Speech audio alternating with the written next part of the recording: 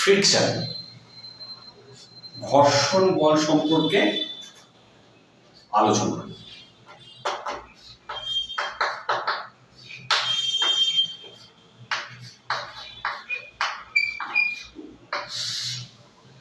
আচ্ছা, একটা সারফেস, সেই সারফেসের উপর আরেকটা সারফেস আছে, একটা বস্তু আছে। এই বস্তুটার ভর ধরো 10 কেজি, ঠিক আছে? তাহলে এখন এদের মধ্যে, এই দুটো সারফেসের মধ্যে ধরো একটা মিউ কাজ করছে, যেটা হচ্ছে 0.5। তাহলে এই মুহূর্তে ফ্রিকশনাল ফোর্স কত হবে? এই মুহূর্তে ফ্রিকশনাল ফোর্স 0 হবে, ঠিক আছে? এবার ধরো আমি একে একটা ফোর্স অ্যাপ্লাই করলাম। কত ফোর্স অ্যাপ্লাই করলাম? ধরো আমি এখানে 0.5 নিউটন ফোর্স দিয়ে এদিকে তাকে মুভ করানোর চেষ্টা করছি। যেই মুহূর্তে আমি একে একটা ফোর্স দিয়ে মুভ করানোর চেষ্টা করব, ঠিক আছে, সেই সময় এই তল দুটোর মধ্যে একটা ফ্রিকশনাল ফোর্স কাজ করবে। এবং ফ্রিকশনাল ফোর্স কোন দিকে কাজ করবে? ফ্রিকশনাল ফোর্স সব সময় বস্তু যেখানে গতিশীল হতে চাইছে যেদিকে, ঠিক তার বিপরীত। তার মানে এই বস্তুটা আমি ফোর্স প্রয়োগ করেছি এদিকে, তাহলে এই যদি গতিশীল হতে চায়, মুভমেন্ট করতে চায়, তাহলে এই দিক বরাবর মুভমেন্ট করতে চাইবে, তাহলে ফ্রিকশনাল ফোর্স কাজ করবে ঠিক তার অপোজিট দিকে, ঠিক আছে? তাহলে এখন ফ্রিকশনাল ফোর্সটা কত হবে সেটা আমরা বের করতে চাই। আচ্ছা, প্রথমে আমরা দেখতে চাই এই সারফেসের মধ্যে ম্যাক্সিমাম যে ফ্রিকশনাল ফোর্স সেটা আমরা কিভাবে বের করব, ম্যাক্সিমাম। তারপরে এই ঘটনার কথা আসছি।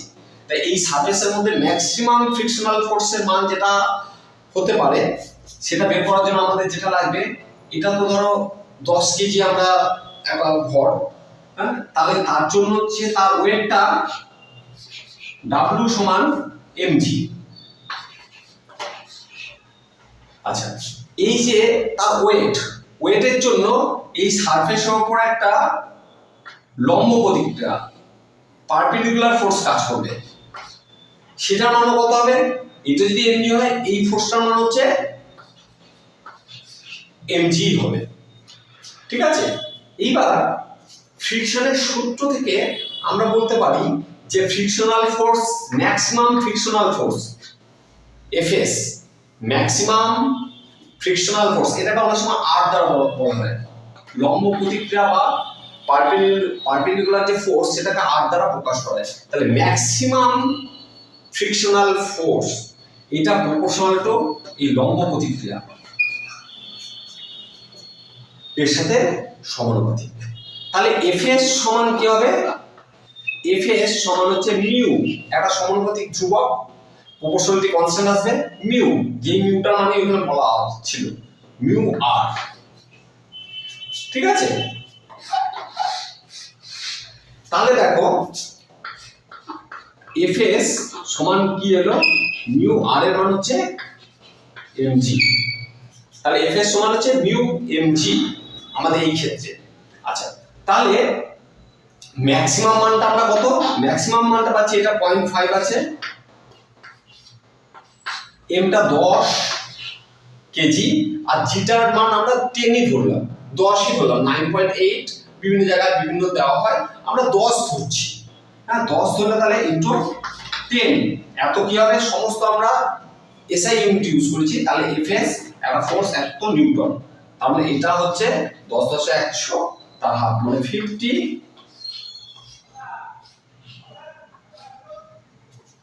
নিউটন। তাহলে এই যে এই তল দুটোর মধ্যে যে ম্যাক্সিমাম ফ্রিকশনাল ফোর্স কাজ করতে পারে তার মান হচ্ছে 50 নিউটন। তাহলে আমরা একটা প্রসঙ্গ বলেছিলাম যে আমি 0.5 নিউটন ফোর্স প্রয়োগ করেছি, তাহলে এই সময় তার ফ্রিকশনাল ফোর্স কত হবে? কত? 50 নিউটন হবে না, 50 নিউটন হবে না, কারণ আমি বল প্রয়োগ করেছি 0.5 নিউটন। তার মানে যদি আমার ফ্রিকশনাল ফোর্স যদি 50 নিউটন হয়, তাহলে সে তো যেদিকে ফোর্স প্রয়োগ করেছে তার উল্টো দিকে দৌড়াবে, সেটা পসিবল নয়, তাহলে সেটা হবে না। তাহলে এরকম যদি আমার ম্যাক্সিমাম ফ্রিকশনাল ফোর্স 50 পর্যন্ত যেতে পারবে, 50 নিউটন, তাহলে আমি এখানে অ্যাপ্লাইড ফোর্সটা কত করছি, যেটা দিয়ে আমি তাকে মুভ করানোর চেষ্টা করছি, আমি 0.5 নিউটন ফোর্স প্রয়োগ করেছি, মুভ করানোর চেষ্টা করছি। আর ফ্রিকশনাল ফোর্স কি করবে, রেজিস্ট করার চেষ্টা করবে মুভমেন্টকে। রেজিস্ট করানোর জন্য ও ফ্রিকশনাল ফোর্সটা কত হবে তখন, তাহলে নিশ্চয়ই রিভার্স দিকে ফ্রিকশনাল ফোর্স তখন 0.5 নিউটনই দেবে, রিভার্স দিকে 0.5 নিউটনই ফোর্স দেবে। এবার যদি আমি এটাকে 5 নিউটন করি, 5 নিউটন করি, 5 নিউটন করার সাথে সাথে তখনও ফ্রিকশনাল ফোর্স কি হয়ে যাবে, 5 নিউটনই হবে, ঠিক আছে। এইবার আমি এটাকে 40 নিউটন করলাম, তাহলে তখন ফ্রিকশনাল ফোর্স কত হয়ে যাবে, 40 নিউটনই কাজ করবে।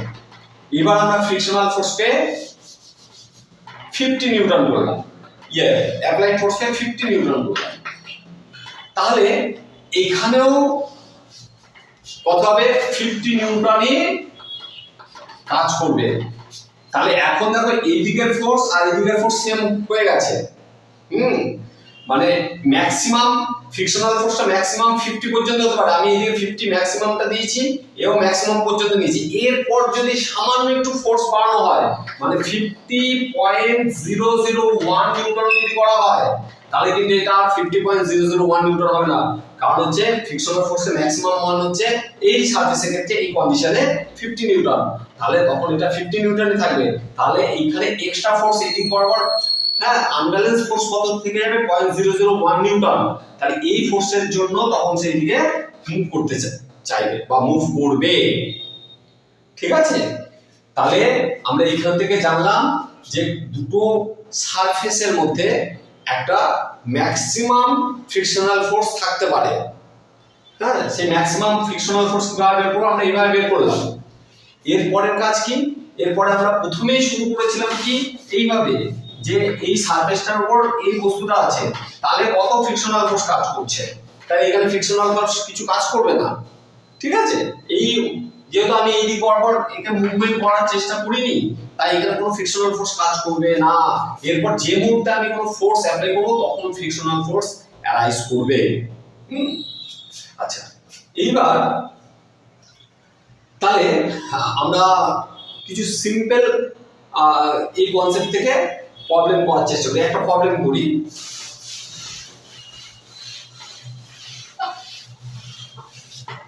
ধরো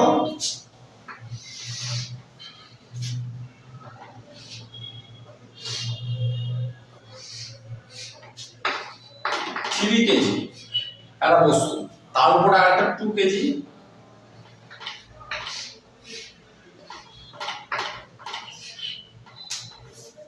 বস্তু আছে।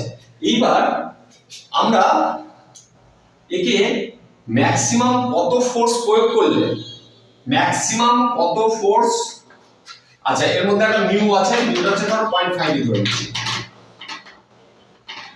মিউটা 0.5 ধরে, তাহলে এদের মধ্যে এই সিস্টেমটার মধ্যে ম্যাক্সিমাম কত ফোর্স প্রয়োগ করলে, হ্যাঁ, এই উপরের বস্তুটা মানে পিছলে না গিয়ে এর সাথে একই অবস্থায় থেকে মুভ করবে। এই যে দুটো সারফেস, এইখানে 0.5 ফ্রিকশনাল ফোর্স মিউ কোএফিসিয়েন্ট, এইখানেও ধর আরেকটা মিউ আছে, এটা মিউ1, আর এইদিকে এই দুটো সারফেসের মধ্যেও যেটা মিউ, সেটাও ধর 0.5, দুটো সারফেস আছে, দুটো সারফেসে মিউ দেওয়া আছে। তাহলে ম্যাক্সিমাম কত ফোর্স প্রয়োগ করলে এই সিস্টেমটা এইভাবে থেকেই মানে পিছলে যাবে না, মুভ করতে পারবে।